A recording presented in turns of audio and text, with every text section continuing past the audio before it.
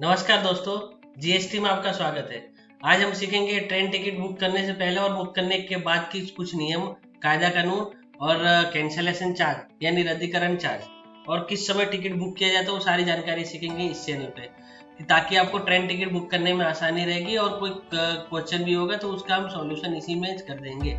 अगर कुछ पूरा चैनल वीडियो देखने के बाद भी कुछ आपको समझ में नहीं आता तो कमेंट बॉक्स में लिखेंगे ताकि हम आपको समझाने में प्रयत्न करेंगे, ठीक है। तभी आगे चलते हैं। पहला चीज, ट्रेन का टिकट बुक कब होता है? ट्रेन का टिकट 120 दिन पहले होता है। 120 दिन मैक्सिमम, आज से लेकर 120 दिन तक आप टिकट का बुक कर सकते हो। भले वो काउंटर से बुक करें या IRCTC की वेबसाइट से करें या कहीं से भी करें, आज से लेके 120 दिन तक हम टिकट बुक कर सकते हैं। तो कोई भी टिकट जिसका काउंटर 8 बजे खुलता है, जैसे कि अब हम एग्जांपल से लिख लेते हैं, जैसे आज 21 अगस्त से 120 दिन अगर हम बाद में टिकट बुक करते हैं, 120 दिन तक बुकिंग करते हैं, तो एक गणना के अनुसार 21 तारीख आज है और उसमें प्लस 120 काउंट करेंगे जो दिन, तो 19 दिसंबर, मतलब आज 21 अगस्त है, 21 अगस्त से लेकर 19 दिसंबर तक हम टिकट बुक कर सकते हैं। आज का से लेकर 21 दिसंबर तक ऐसे डे बाय डे बढ़ते रहेंगे। कल हम देखेंगे तो ये हो जाएगा 20 दिसंबर तक। और ये इसका आज सुबह, जैसे कि आज सुबह 8 बजे इसका काउंटर खुल जाता है, काउंटर खुलने के बाद बुकिंग भी चालू हो जाती है। लेकिन तत्काल टिकट ट्रेन खुलने से एक दिन पहले होती है।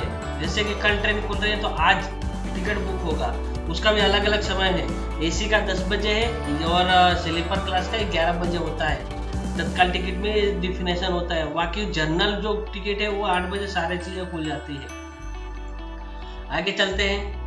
ट्रेन टिकट बुकिंग से पहले क्या स्थिति रहती है? अगर ट्रेन टिकट बुक करते समय हमारा IRCTC वेबसाइट पे क्या दिखता है, तो 3 चीजें दिखती है, वो ध्यान रखना। एक अवेलेबल दिखेगा, एक RSC दिखेगा और वेटिंग लिस्ट दिखेगा। अवेलेबल मतलब होता है कि टिकट आपको कंफर्म टिकट मिलेगा। RSC मतलब आधी सीट मिलेगी, ठीक है। और वेटिंग लिस्ट मतलब जितना वेटिंग लिस्ट है उतना टिकट कैंसिल होने के बाद आपका कंफर्म टिकट होगा, वरना आपका टिकट ऑटो कैंसिल हो जाएगा। लेकिन ऑनलाइन टिकट जो भी रहेगा वेटिंग लिस्ट में रहेगा, कंफर्म नहीं होगा तो आपका टिकट ऑटो कैंसिल हो जाएगा और उसका रिफंड आपको मिल जाएगा। लेकिन अगर RSC या अवेलेबल में रहेगा तो आपको कैंसिल खुद करना पड़ेगा, जिसका चार्ज लगेगा।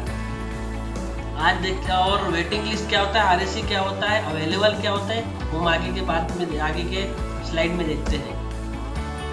दूसरी चीज ध्यान रखिए, 0 से लेकर 4 वर्ष की उम्र तक कोई भी यात्री करेगा उसको चार्ज नहीं लगेगा।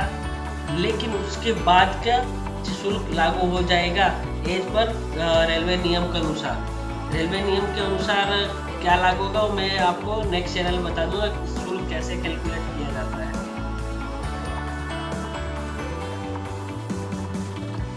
टिकट बुक करने के बाद, टिकट तो हमने बुक कर दिया, उसके बाद हमारा क्या, टिकट बुक करने के बाद 10 अंकों का एक PNR नंबर जनरेट होता है जो पैसेंजर का रहता है, जिसमें यात्री का ट्रेन नंबर, यात्रा तिथि, यात्रा का वर्ग, मूल गंतव्य से टिकट की स्थिति कंफर्म है कि नहीं है, यात्री का विवरण आदि रहते हैं। और इसमें एक टिकट में मैक्सिमम ज्यादा से ज्यादा 6 यात्री टिकट यात्रा कर सकते हैं। लेकिन तत्काल टिकट में एक टिकट पे 4 आदमी, ज्यादा से ज्यादा 4 आदमी कंफर्म यात्रा कर सकते हैं। लेकिन आप ये सोच रहे होंगे कि मैंने टिकट बुक कर लिया, PNR नंबर जनरेट हो गया तो क्या यात्रा करने की गारंटी है? नहीं, ऐसा नहीं है। यह टिकट की स्थिति निर्भर करता है आपके टिकट पर दर्शाए हुए लोगों से, जैसे कि वेटिंग लिस्ट हो, RSC हो या कंफर्म हो। 3 दर्शाया, तीनों में क्या है उसके बारे में आगे डिटेल जानते हैं। अगर आपके टिकट पर लिखा हुआ CNF PNR मतलब आपका टिकट कंफर्म है, आप यात्रा कर सकते हो। लेकिन अगर WL लिखा होगा तो यह वेटिंग लिस्ट में खड़े हैं और वेट लिस्ट वाले जो यात्री हैं वो कैंसिल करेंगे, फिर आपका टिकट कंफर्म होगा। मतलब WL को कंफर्म होने के बाद CNF होगा। RSC होता है कि आपको आधी सीट तो मिलेगा लेकिन फुल सीट नहीं मिलेगा। हम हालांकि आधी सीट मिले, जैसे चेयर बोलते हैं, चेयर में मतलब आपको बैठ के जा सकते हो, लेकिन आपका कंफर्म ऐसा नहीं होगा। लेकिन कंफर्म में ऐसा होता है कि आप सो के जा सकते हो, स्लीपर हो तो या कोई हो। कैंसिल, अगर टिकट कैंसिल हो गई हो किसी कारणवश हो, या आपने किया या ट्रेन रद्दीकरण कोई भी हो, तो कैंसिल लिखा रहता है, जो 4 नंबर बताया गया। आगे है टिक्यू वेटिंग। पहला वेटिंग में भी 3-4 प्रकार के होते हैं। जीएन वेटिंग देख लेते हैं। जीएन वेटिंग मतलब होता है कि जनरल कोटा, मतलब ट्रेन जहां से खुली वहां से एंड जहां तक जाती है, वहां पर अगर कोई यात्री कैंसिल कराता है तो आपको कंफर्म चांसेस इसमें रहते हैं। टिक्यू वेटिंग, अगर तत्काल वेटिंग रहता है, तत्काल टिकट क्या उसमें वेटिंग है, तो आपको टिक्यू वेटिंग लिस्ट दिखाएगा। पूल पीक्यू वेटिंग जो होता है, यह पूल कोटा हो, यह यात्री बीच में से किसी ने टिकट कैंसिल किया और कंफर्म हुआ, मतलब वो दर्शाता है। अगर बीच से मेरा कोई टिकट रहता है तो मैं टिकट बुक करता हूँ, तब मेरा पीक्यू वेटिंग आता है। आरएल वेटिंग, ये रिमोट लोकेशन, मतलब ये बड़े बड़े स्टेशन से अगर कंफर्म होते हैं, अगर मान लो मेरे को कहीं से कहीं और जाना है और ट्रेन पहले से आ रही है लेकिन मेरा बड़ा स्टेशन है, तब मेरा आरएल वेटिंग देखेगा। एनओएसबी, एनओसी, मतलब इसमें बताया गया है कि हमने पिछले वीडियो में बताया कि 0 से 4 की टिकट नहीं लगता है, 0 से 4 की उम्र वाले यात्री की नहीं लगता है, लेकिन 5 से 11 साल की उम्र के यात्री का टिकट लगता है। लेकिन उसमें एक ऑप्शन आता है वर्थ अलॉट करके। अगर वर्थ अलॉट करोगे तो पूरा आपको फुल पेमेंट देना पड़ेगा, नहीं करोगे तो एनओएसबी स्टेटस आएगा, मतलब आपने टिकट तो बुक किया लेकिन उसका सीट अलॉट नहीं होगा, ऐसा दर्शाएगा। टिकट रन, मतलब कैंसिल करते हो तो टिकट कैंसिलेशन चार्ज क्या होता है उसके बारे में जानकारी ले लेते हैं।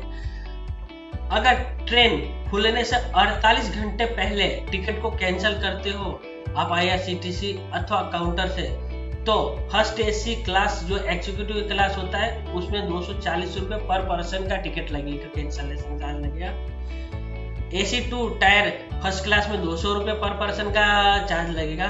ये पर पैसेंजर की बात कर रहा हूँ, पर पैसेंजर अगर 5 टिकट हो तो 200 × 5 कर देने का।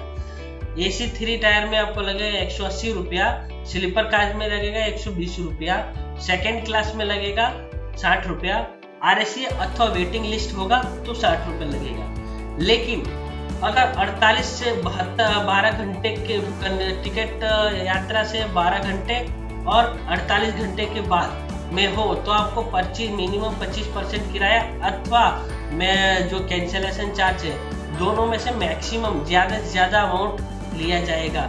लेकिन अगर 12 घंटे से चार्ट बनने तक का करते हो तो 50% अथवा अधिक से अधिक किराया कैंसिलेशन चार्ज लिया जाएगा। और अगर मान लो ट्रेन खुल गई, ट्रेन खुलने के बाद अगर आपको टिकट कैंसिल करनी हो तो नहीं होता है, उसके लिए टीडीआर फाइल करना पड़ता है। टीडीआर फाइल करने के बाद रेलवे नियम के अनुसार जो धन वापसी है वो आपको रेलवे वापस करेगी। बोर्डिंग पॉइंट क्या होता है उसके बारे में जानकारी ले लेते हैं। मान लो एक ट्रेन अहमदाबाद से चलकर अहमदाबाद, बड़ौदा, सूरत, जबलपुर, बनारसी होकर गोरखपुर जाती है, लेकिन हमें तो जाना है बड़ौदा, सूरत, जबलपुर, बनारस, गोरखपुर। तो अहमदाबाद तो मैं बैठूंगा नहीं, बड़ौदा बैठूंगा तो बड़ौदा से गोरखपुर का टिकट फाइंड करूंगा, लेकिन कोटा न होने के कारण मुझे टिकट नहीं मिलेगा। लेकिन वही अगर मैं अहमदाबाद से गोरखपुर फाइंड करूंगा तो टिकट मिल जाएगा, क्योंकि अहमदाबाद का कोटा ज्यादा होगा, क्योंकि वो जहां से ट्रेन खुलती है और एंड तक ट्रेन जितना दूरी ज्यादा रहता है उतना कोटा ज्यादा रहता है इसके अनुसार। तो मैं क्या करूंगा, अहमदाबाद से गोरखपुर टिकट बुक करूंगा, लेकिन बोर्डिंग पॉइंट वडोदरा रखूंगा, मतलब अहमदाबाद से वडोदरा के बीच में मैं कहीं भी बैठ सकता हूँ, कोई भी छोटे मोटे जो भी स्टेशन पर रुके मैं बैठ सकता हूँ। लेकिन इसमें आपको पूरा अहमदाबाद से गोरखपुर का चार्ज देना पड़ेगा। खाली फायदा क्या होगा कि आपको टिकट मिलने के चांसेस बढ़ जाते हैं, और टिकट मिलने के चांसेस बढ़ जाते हैं, साथ साथ में आपको इजी रहता है और फाइंड भी अच्छी होती है। आज के लिए इतना ही। अगर कुछ जानकारी इसमें समझ में नहीं आई हो तो कमेंट बॉक्स में लिखें, ताकि हम आपको समझाने में मदद करें। यह चैनल अच्छा लगा तो लाइक सब्सक्राइब करें और बेल आइकन पर टिक करें, ताकि हम कम से कम कंप्यूटर की बुनियादी जानकारी दे सके। रेलवे के बारे में अधिक जानकारी के लिए हम आप कमेंट बॉक्स में लिखे तो हम और जानकारी देंगे। नेक्स्ट रेलवे के बारे में कैसे टिकट का फेयर होता है, चार्ज होता है, कैसे टैक्स लेती है, वो सब जानकारी भी हम आप कमेंट बॉक्स में लिखे तो हम उसको प्रिपरेशन करके आपको चैनल में दिखाएंगे। धन्यवाद।